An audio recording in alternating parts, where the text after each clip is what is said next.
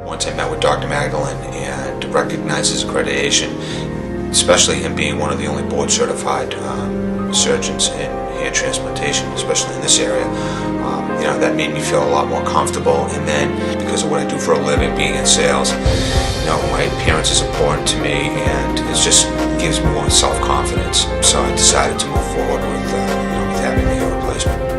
If you look at this picture here, you can see how much hair loss I had. I mean, it's pretty significant. This here is hair that's typical growing natural hair, and this is transplanted hair.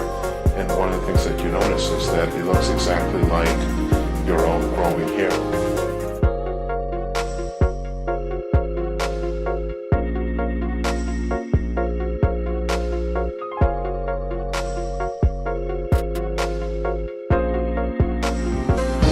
I wouldn't recommend getting the surgery with just anyone. I would highly recommend having the surgery with Dr. Magdalin based on his experience, his accreditation,